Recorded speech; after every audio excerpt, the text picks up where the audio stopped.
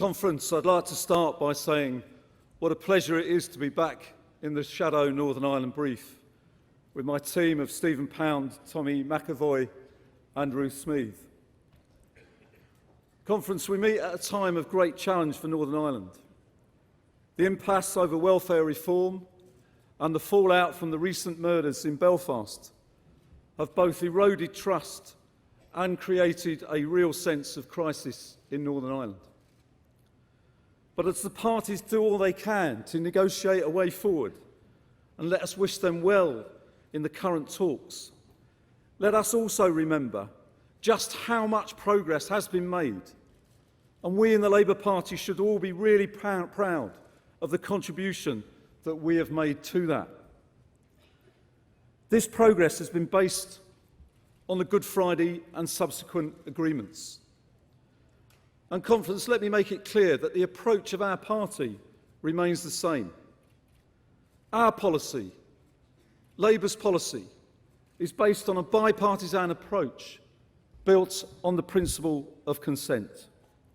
And as the agreements since 1998 have set out, it is for the people of Northern Ireland to decide their own future, and that's how it should be and how it will remain. But Conference, like all of the UK, Northern Ireland has been hard hit by the economic policies of this Conservative government.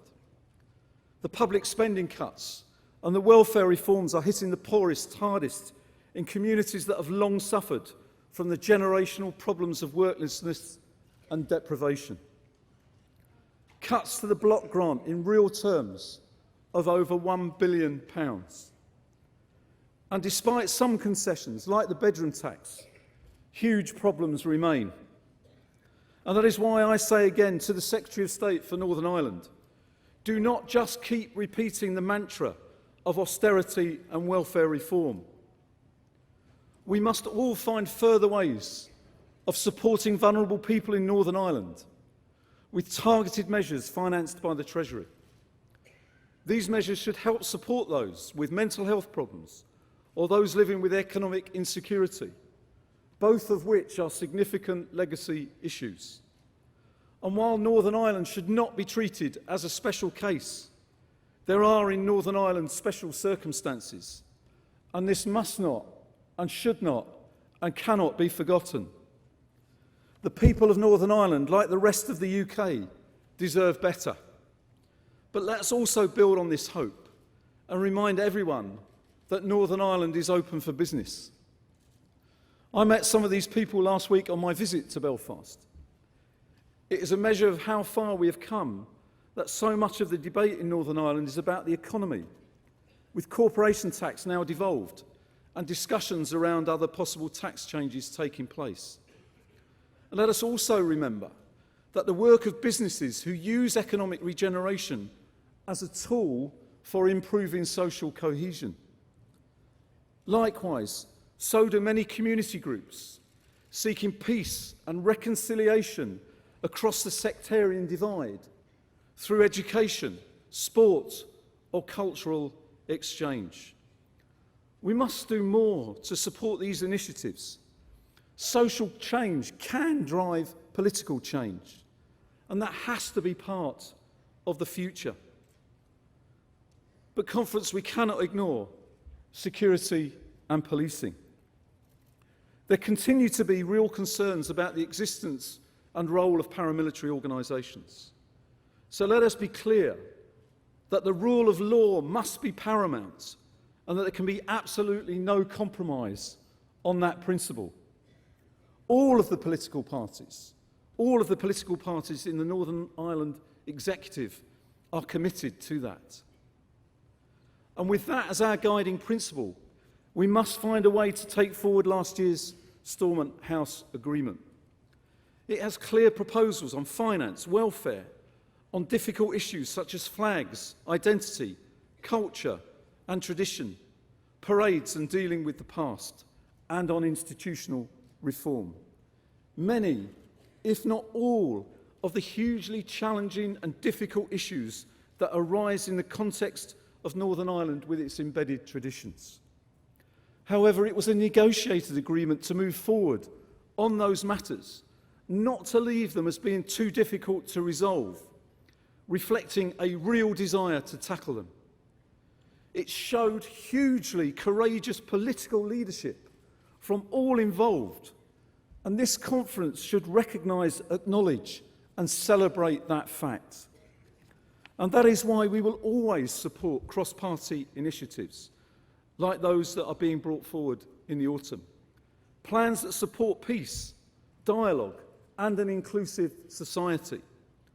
The imminent Stormont House Agreement Bill includes initiatives such as a historical investigations unit, an independent organisation that will take forward outstanding investigations into troubles-related deaths, an independent commission on information, a body established by international agreements between the UK and Irish governments that will enable victims and survivors to seek and privately receive information about the troubles-related deaths of their next of kin.